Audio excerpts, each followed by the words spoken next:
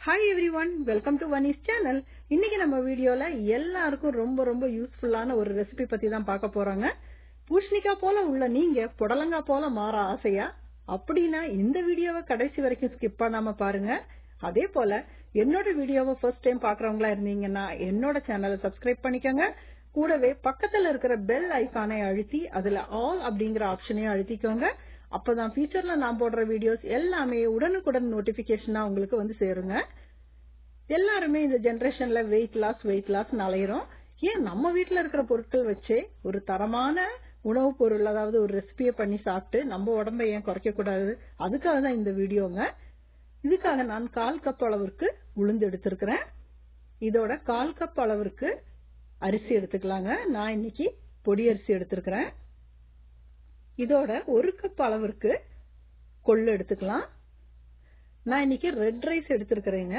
அது கொஞ்சம் ஹெல்த்தியானது. பாத்தீங்கன்னா அது அன்பாலிஷ்டு ரைஸ் இல்லைங்களா, அதனாலதான் அதை எடுத்திருக்கிறேன். அது கொஞ்சமா தான் சேர்த்திருக்கிறேன் பாருங்க. இப்போ இதோட கொஞ்சமா வெந்தயத்தை ஆட் பண்ணிக்கலாம். ஒரு 1/4 டீஸ்பூன் அளவுக்கு சேர்த்துக்கலாங்க. இப்போ இதை நல்லா கழுவிக்கலாம். ஏன்னா அந்த ரெட் ரைஸ் வந்து நம்ம கழுவ அந்த தண்ணி வந்து ஒரு மாதிரி ரெட் கலரா வந்துட்டே இருக்கும். அதனால நல்லா கழுவி இதை ஊற வச்சாச்சு. இதை ஒரு 5 hours ஊற வச்சுக்கலாங்க. நல்லா இப்ப பாருங்க நல்லா ஊறிடுச்சு. இப்ப இதோட நான் வந்து கொஞ்சமா ரெட் அவல் இருக்கு இல்லைங்களா, சிவப்பு அவல், அதை சேர்த்துக்க போறேன். அதனால அதை அரைக்க ஆரம்பிக்கிற டைம்ல நம்ம ஊற வச்சா போதும் அவலை. இப்ப பாருங்க அவளையும் நல்லா கழுவி ஊற வச்சிருக்கிறேன். இப்ப இது ரெண்டையும் சேர்த்து நல்லா அரைச்சிக்கலாங்க. கொள்ளு அரைக்கும் போது பாத்தீங்கன்னா அதுவுமே உளுந்து மாதிரி நல்லா பொதபொதான்னு வருங்க. பாருங்க மாவு நல்லா அரைச்சாச்சு. அதை எடுத்து வச்சுக்கலாம். எடுத்து வச்சு சாதாரண நம்ம இட்லி மாவுக்கு எப்படி எடுத்து வைக்கிறோமோ அதே மாதிரி எடுத்து வச்சுக்கலாங்க. நான் உப்பு ஆட் பண்ணலாம், இப்படியே க்ளோஸ் பண்ணிக்க வரேன். நீங்க குறைஞ்சது ஒரு 6 மணி நேரமாவது வச்சுக்கலாங்க. பாருங்க இப்ப மாவு நல்லா பொங்கிடுச்சு. நான் வந்து ஓவர் நைட் வச்சிருந்தேன். எங்களுக்கு இங்க ரொம்ப குளிரா இருக்குது, அதனால சீக்கிரம் பொங்காது. ஓவர் நைட் வச்சிருந்தேன். பாருங்க நல்லா பொங்கி இருந்ததோட இதோட கொஞ்சமா உப்பு ஆட் பண்ணிக்கலாம் தேவையான அளவு. இப்ப இதை நல்லா மிக்ஸ் பண்ணிக்கலாங்க. சாதாரணமா நம்ம இட்லிக்கெல்லாம் செய்யும் போது அந்த மாவு வந்து கலக்கி விட மாட்டோம். ஏற்கனவே உப்பு கலந்து வச்சிருப்போம், அப்படியே எடுத்து போடுவோம். இது மாவு நல்லா சாஃப்டா இருக்குதுங்க. இப்போ ஒரு இட்லி தட்டு எடுத்திருக்கிறேன். நான் வந்து கொஞ்சம் சின்ன சைஸ் இட்லி செய்யறதுக்காக தான் இந்த தட்டு எடுத்திருக்கிறேன். இதுல நல்லா எண்ணெயை தடவி